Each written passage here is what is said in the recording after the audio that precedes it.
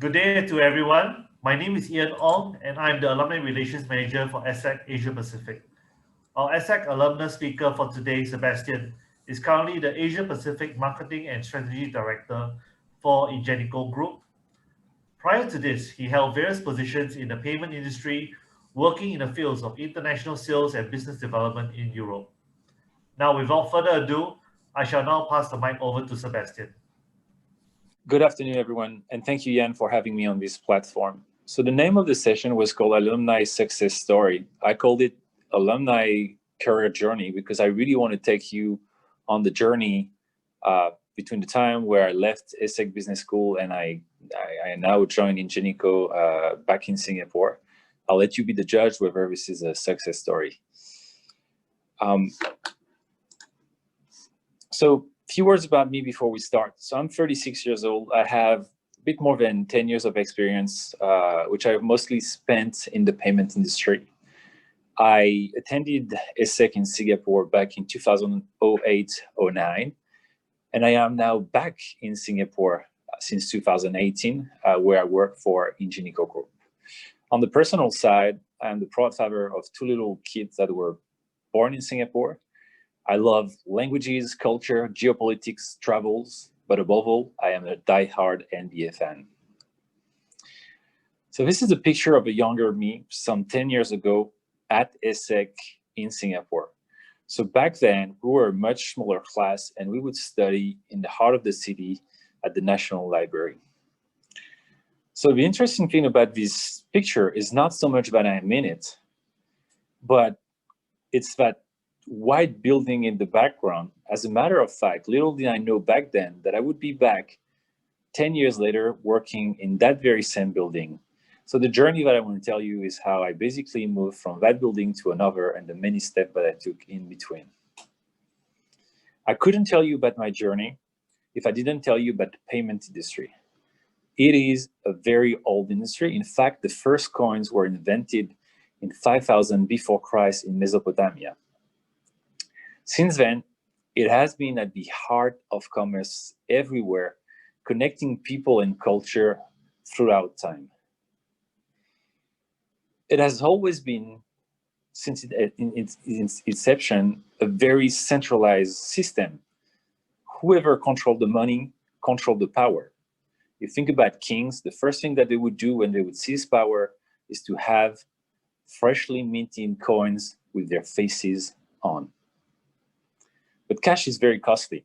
You have to think about the way you need to move it, secure it, replace it when the bills are torn or where they go away. There's also a lot of counterfeit. So you need to make sure that your money remains unique and it's not duplicated by fraudster. Fortunately, fast forward to the 50s, the 1950s, the Diners Club invented this charge card that could be used at restaurants in America, where you wouldn't have to have cash on you. You could just use your card to pay, and you would settle the bill later. Bank America picked up the concept. It was later rebranded to Visa. Visa soon became the preferred payment instrument of American travelers going to Europe, and the rest is history. Fortunately, the way we pay today looks more and more like this. But I think it is very interesting because it reflects the different dynamic that we see in our markets. On the payment card side of the business, it is becoming more and more centralized. More and more countries have developed their own payment infrastructure, most of the time for geopolitical reasons. If you remember, back in 2014, when Russia invaded Crimea, the first answer of the US was to ask Visa and MasterCard to pull the plug on their payment system in Russia. So Russia went full blackout for a day. As a consequence, the Russian government decided to launch their own payment network in country, leveraging Chinese technology, and ask Visa and MasterCard to leave billions of dollars in collateral in locally held bank accounts. So it has a geopolitical aspect to it that you cannot deny. Similarly, Europe is launching its European Payment Infrastructure Project, where they're going to launch an international scheme to compete with Visa and MasterCard, so as to remain sovereign versus American payment system, but also the newly Chinese payment system that are taking over the world. So on the card side, centralization is more than ever a key topic.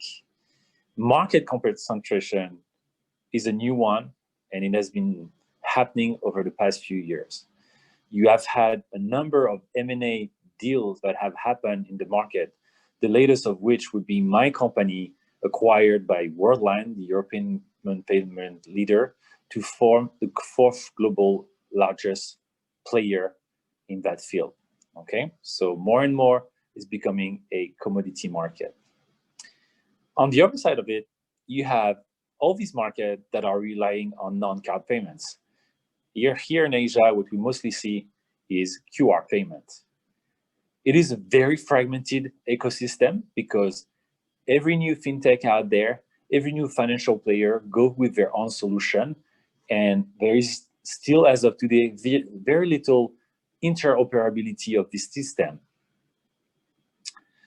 What's funny when you look at it is that you also see the rise of cryptocurrency, which are by essence decentralized. There is no state control over these. Therefore, they are not well liked by states because it can help with the shadow economy. It can help with the tax avoidance. It can help with money laundering, terrorism.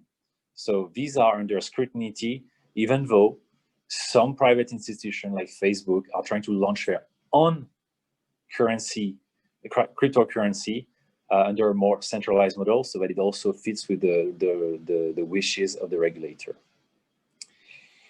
I couldn't tell you about the payment industry scene without telling you about Southeast Asia, which is probably the most active market on the planet after China. Here in Southeast Asia, everything is run through financial inclusion. You have hundreds of millions of people in the region that still don't have access to proper banking services. And the way to reach them is not through the traditional channel that are the banks. It is through these new players that are in the market. And these new players have a very verticalized approach. In fact, most of the payment innovation in Asia happens through vertical players that have nothing to do with payment in the first place. Take Gojek in Indonesia. They have built their ecosystem with 20+ services that range from ride-hailing, food ordering, massage ordering, grocery delivery, all these ecosystems connecting supply and demand on the other hand. But they soon realized that without payment, they would go nowhere because they would have a very fragmented customer and merchant experience that would make their digital experience very clunky. At the beginning, for example, when you would place a food order on Gojek, the merchant in Indonesia would go to the restaurant, pay cash for the food at the restaurant, bring it to your place, and then get some cash from you. How do you monetize that? And what happens if the consumer decides to cancel their order and the driver has already paid for the food at the merchant? It is not convenient. So payment appear within this ecosystem, and since then they have become objects on their own, and Gojek and the likes are trying to take on in-store payments. What's interesting about these new payment methods that are rising in the region is that they were born online and now they're trying to expand in-store. And what they're trying to do is bring the same experience that you would have online, on your mobile, the seamless experience in-store, which is by nature very clunky. When you think about it, the card itself was never made to pay on the internet, right? It's very fragmented. It cannot carry any other information than just payment information, whereas this mobile native ecosystem can carry everything from your preferred shopping habits to be shared with the merchant. So there's much more value that you can deliver both online and offline to the merchant when you use these new payment methods. So the WeChat and the Alipay are very active in the region. In fact, they are investing millions of dollars to replicate the models that they have built in China and to try to conquer the unbanked space in Southeast Asia. So if you want to know what's happening, look where WeChat and Alipay are putting their money. All of this is driven by what we call instant payments. Instant payments are the new generation system that allows to move money from point A to point B, from your bank account to my bank account in a matter of seconds. In the past, it used to take days or hours at best to clear a payment to send it from point A to point B. Today, in line with that fast, convenient, mobile-centric customer experience, the money flows just as fast and it brings instant satisfaction to the merchant that can receive their fund in no time. So all in all, this payment game is more and more becoming what we call an ecosystem play, where the banks tend to see in the back end, they see the money moving, but they don't own the relationship with the merchant. And that changes everything because the players that are fronting are non-bank players, and they are much more nimble, much more specialized in their approach to merchant, and that's the one who capture the growth. All right. So let me tell you now about my journey within this payment and industry and how I've been able to ride the waves. So I started right after ESSEC by an internship at SFR. SFR is a French telco, and I worked in the payment division of the company. So it was a very niche product that I would work on as a product manager, payment by SMS. So this would be the SMSs that you send to vote for your favorite TV show, for example, on TV, that type of very niche product.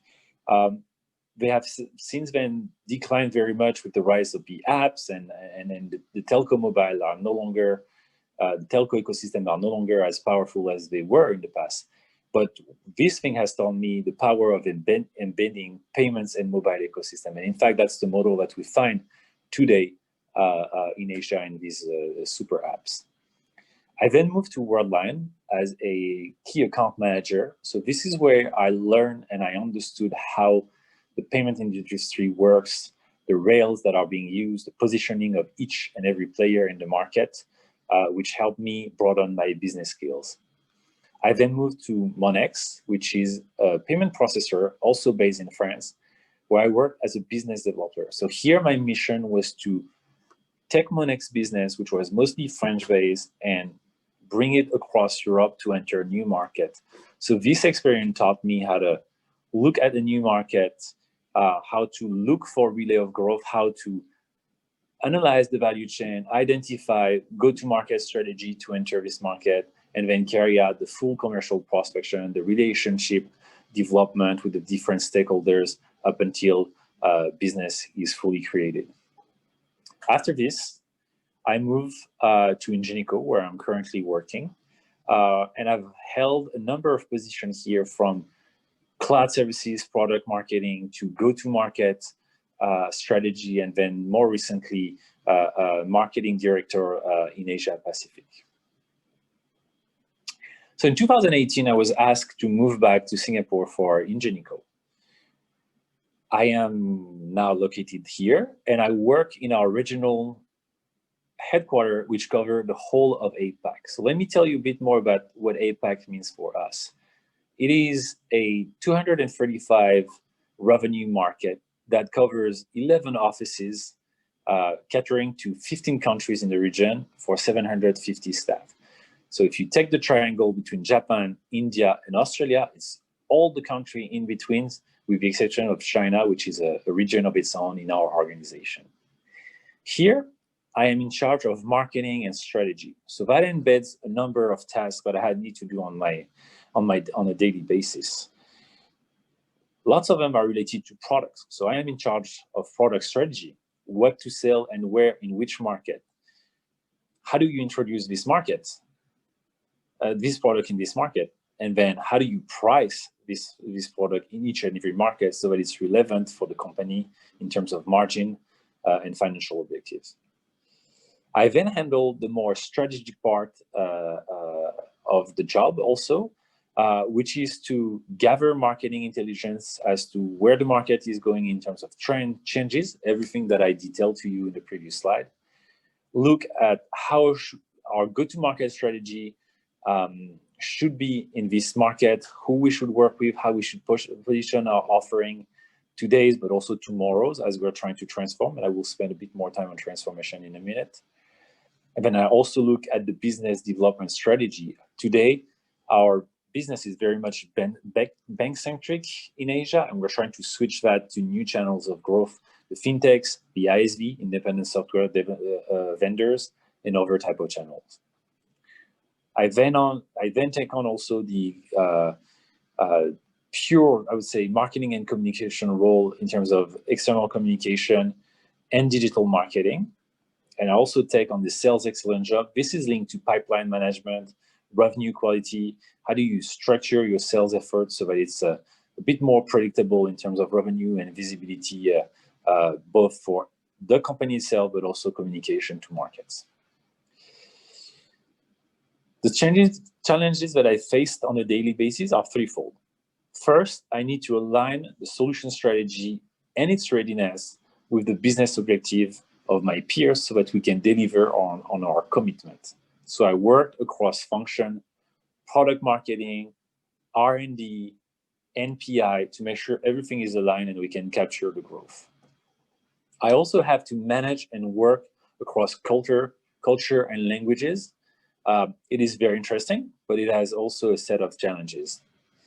And finally, a big part of my job is also about transforming our business model from solution to service and cloud. I will spend a bit more time on this in a minute.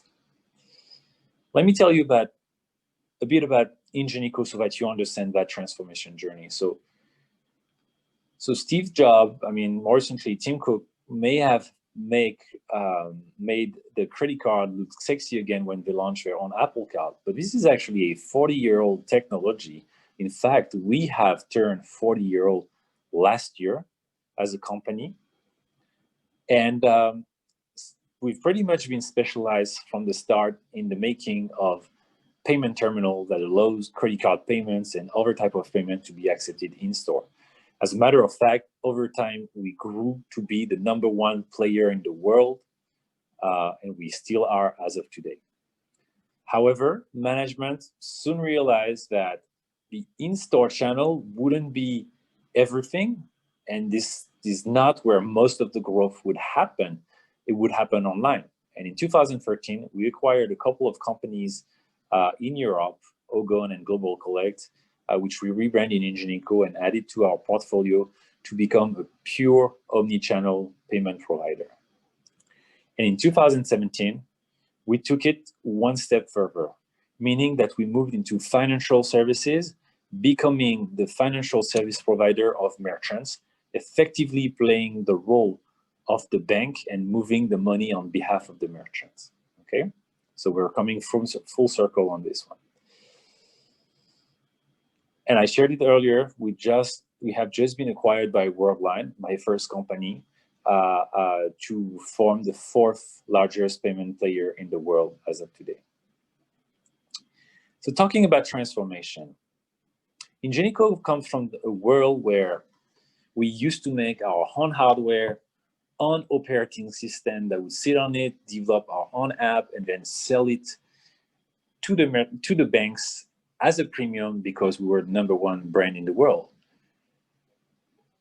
Fast forward to late 2000, then enters Android into the games.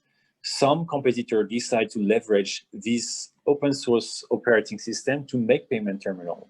So effectively in the value that you provided, some of it was gone instantly because whatever amount of time we spent to develop our own OS, it was quick and easy from a competitor to just take an existing OS and have it ride on their own hardware, which they would develop.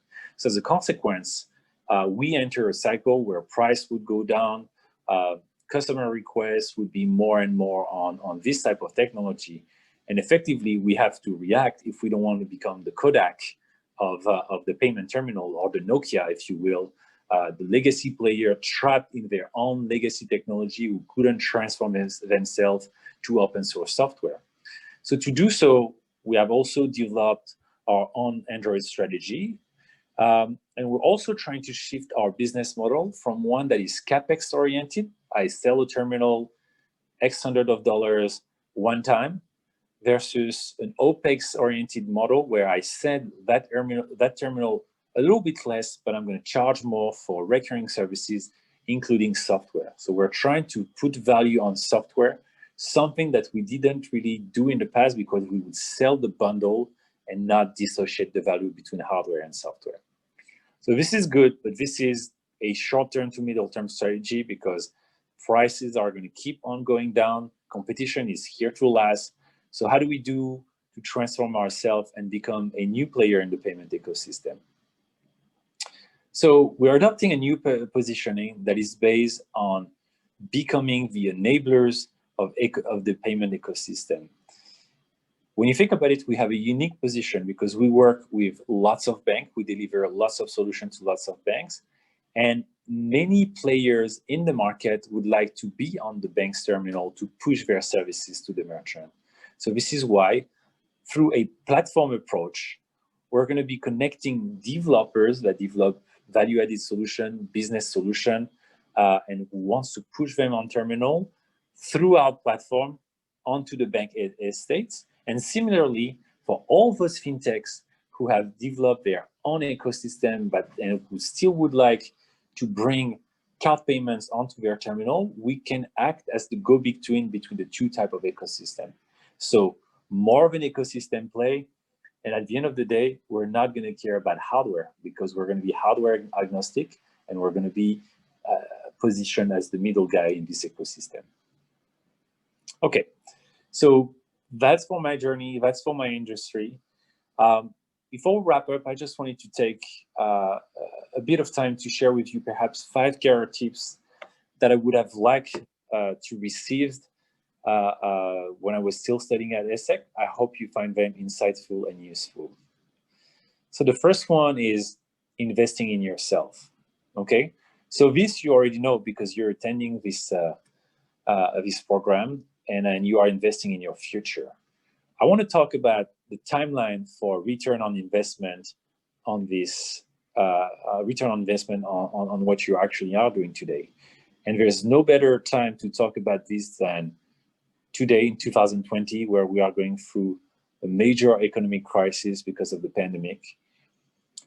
It was the same for me in 2008 when I was in ESSEC. We had the 2008 subprime crisis. We literally watched the financial system crumble during our financial classes. We would have the professor explain what went wrong and what was going down.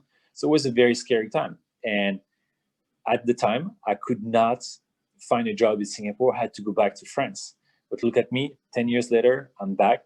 The investment that I made paid off, you know, later than sooner, but I'm here at least. Second tip would be to be ready to pitch yourself everywhere. Let me tell you about the story that took me back to Singapore. So one of our major customers from Australia was actually in Paris for the first round of an RFP that they were running for their payment services, and they had invited Ingenico, and they were traveling the world to listen to the pitch of what we could sell to them and how we could partner together. So the VP of my division invited me to present my solution. I was a product manager at the time. I guess he liked what he saw and what he heard, so he sent me to Australia for the second round of the RFP, which he attended himself as well. And I had my 5-minute interview in the street of Sydney. I can remember it very, very well, where he asked me who I was, what I had done, what I wanted to do. And I casually, but on purpose, dropped that I had studied in Singapore. And if I had any occasion in the future, I'd like to, you know, go back and work as an expat. And he told me right there in the middle of the city that if I wanted, I could go back to Singapore because we had the job opening for the marketing director, and I just had to take it. So be ready to tell your story. The third tip is that I want to share with you is that it is okay to struggle at time, and sometimes you just don't know what to do. You just have to carry on. When I moved to Singapore, the company went through a number of turbulences. We had a couple of profit warning. The very same EVP that had hired me and put me in my position got fired. I had no boss locally to help me manage that transition into a new position, new culture, new way of working. And for 7 to 8 months, I really struggled, really struggled, to the point where I asked myself whether I would last. But, you know, I carried on. I stuck to my strength and did what I could. And then in came a new boss, which I convinced I was worthy of the job. And then 2 years later, I'm still here. The fourth piece of advice that I'd like to share with you is that soft skills are as important as hard skills, if not more, right? But those soft skills are the one we don't really talk about in business schools, right? But trust me that this will help you differentiate from the crowd and transform you from a manager into a leader, whether it is communication, whether it is empathy. Work on this. There are several ways where how you can do this. Mentorship is a good one. Coaching, if you can afford it, is great too. Sport is a great way to develop this. So go out there, practice them, and it will pay off later. Finally, I wouldn't be here today if I hadn't taken some bets at some times and watched to see them pay me in a way. Early on in my career, I switched job early and often because I was looking for a place where I would feel comfortable. So I bet on myself that I could get to the place where I wanted to get, and I did. Later in my career, I decided that this felt like the right environment. So I'm going to give time to this company, and I'm going to bet on myself that I can have several lives in this company. And it just so happened. So whatever your bet is, trust your voice, your inner voice, go for it, and you'll be happily surprised. That's it for my presentation today. I thank you for your time, and thank you also, Jan, for giving me the opportunity to reflect on this journey. And I'm grateful for that. Thank you. Thank you very much, Sébastien. To our participants of this Zoom session, this concludes the end of our presentation by our alumni speaker. I hope that you have enjoyed this presentation from Sébastien, and I wish you all a great day ahead. Thank you very much.